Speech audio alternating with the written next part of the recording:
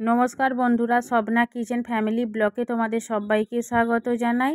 বন্ধুরা, তোমরা কেমন আছো? আশা করি তোমরা ভালো আছো। আমিও খুব ভালো আছি।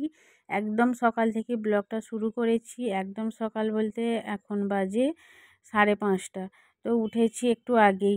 উঠে অন্যান্য কাজগুলো করলাম, তারপরে ঘরে এলাম। তো বন্ধুরা দেখো, এখন বাজে 5:45। তো ঘর দুয়ারগুলো মুছলাম, মুছে তারপরে চান টান সবই হয়ে গেছে। তো এত সকাল সকাল কেন উঠেছি সেটাও বলবো। আজকে তো দশহরা, তো সেই জন্যই মনসা পুজো করতে আসবে। তো উঠেছি অনেকক্ষণই, উঠে সমস্ত কাজ টাজ হয়ে গেছে, হয়ে চান করে এখন চলে এসেছি বাগানে। আর বাগানের ফুলগুলো তোমরা দেখো, দেখতেই পাচ্ছ এখনও কিন্তু ঠিকভাবে ফোটেনি। কুঁড়ি থেকে একটু একটু ফুটেছে, রোদ্দুর পায়নি তো। তো ফুলগুলোকে তুলে নিয়ে চলে এলাম। এই যে অর্ধেক করে ফুটেছে, এর মধ্যে কিন্তু আমি 17টা জবা ফুল তুলে নিয়েছি। এখনও গাছে অনেক জবা ফুল আছে। তো কিছু সাদা ফুল তুলেছি, আর কিছু তো মানে কিনে নিয়ে আসাই হয়েছে, যেহেতু আজকে দশহরা মনসা পুজো।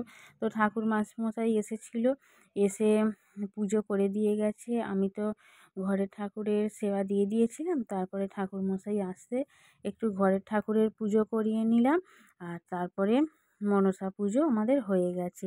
তো দেখো বন্ধুরা, এখন বাজে 7:30। তো এখন আজকের মতো সমস্ত কাজ হয়ে গেছে।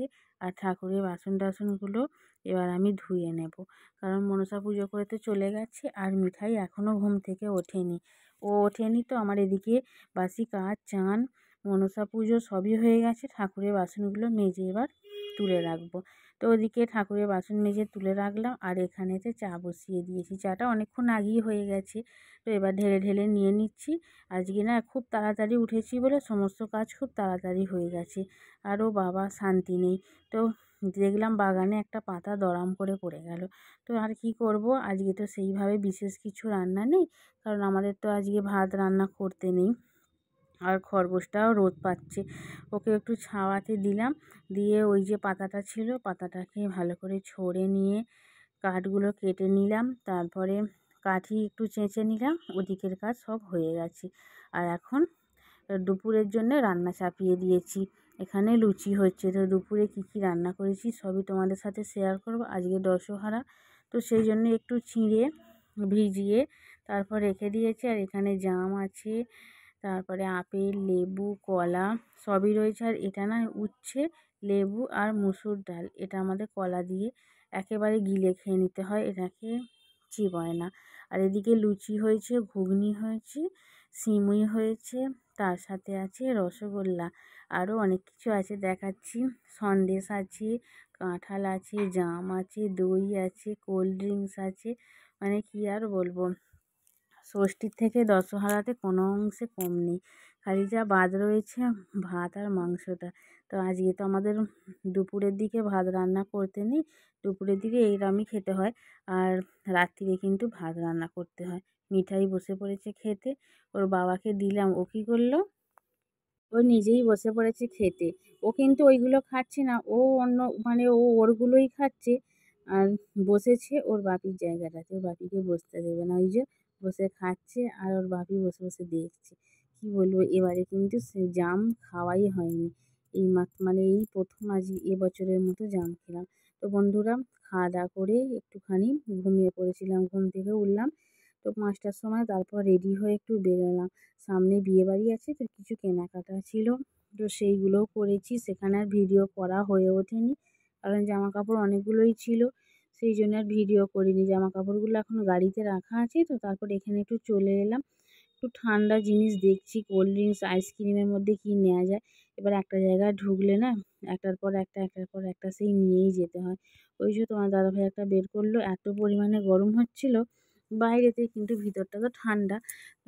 কিছু কোল্ড ড্রিঙ্কস নিয়ে নিচ্ছি, তারপরে একটু চানাচুর, বিস্কুট, বাড়ি যা একটু মানে কি বলবো প্রয়োজনীয় জিনিস সেগুলো নেওয়া হলো।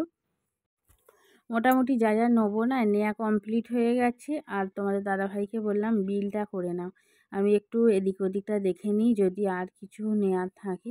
তো আর বিশেষ কিছু নেওয়ার নেই। তো দাদাভাই এবার যাবে বিল করতে।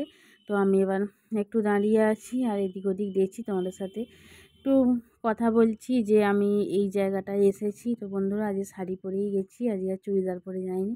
এরকম লাগছে অবশ্যই আমাকে কমেন্ট করে জানিও। তোমার দাদা ভাইয়ের কিন্তু এখনও মানে মন ভরেনি। আমার থেকে না কেনাকাটাটা ও বেশি করে, আমি একটু কমই করি। তো তোমার দাদা ভাই একটু বেশি পরিমাণেই কেনাকাটাটা করে। আমি গেলে একটু কম কম আসে, ও গেলে একটু বেশি আসে। আর বাড়ি চলে এসেছি, বাড়িতে এসে একটু ফ্রেশ হয়ে নিলাম। এবার খাওয়া দাওয়া করবো। ওর আসার সময় একটু রোল চাউমিন নিয়ে এসেছিলাম, কারণ মিঠাই না ওখানে বসে খেতে দেয় না।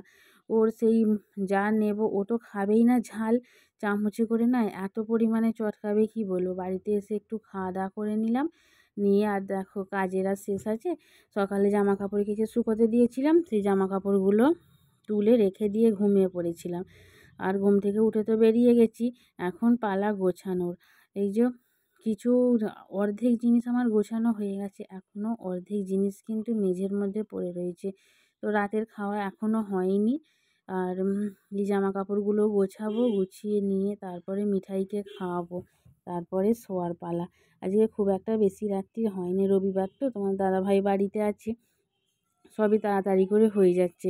তো দেখো বন্ধুরা, বললাম রাত্রিরে আমাদের ভাত খেতে হয়। তোমার দাদাভাই বলল একটা জায়গা থেকে এসেছো আর ভাত খাবো না, একেবারে দুটো বিরিয়ানি নিয়ে চলে আসি। স্বাগত তো মামার বাড়ি গেছে, ও না বিরিয়ানি খেতে খুব ভালোবাসে, ওর জন্য মনটা খারাপ লাগছে। আমি একটা গোটা বিরিয়ানি খেতে পারি না, আমার মানে কি বলবো, আমি অতটা খেতে পারি না। তোমার দাদাভাইকে বলেছিলাম একটা নিয়ে আসো, আমি অল্প খাবো, কারণ রোল খেয়েছি, চাউমিন খেয়েছি, ওই জন্য না আমার পেটটা সেইভাবে ভর্তি আছে। তারপরে ওবেলা লুচি, ঘুগনি, সিমুই সবই পড়ে রয়েছে, আর কি বলবো। তো গোটাটাই নিয়ে চলে এসেছে। তো বন্ধুরা, আজকের ব্লগটা এখানেই শেষ করছি। প্রথম থেকে শেষ পর্যন্ত আমার ব্লগটা দেখার জন্য অসংখ্য ধন্যবাদ।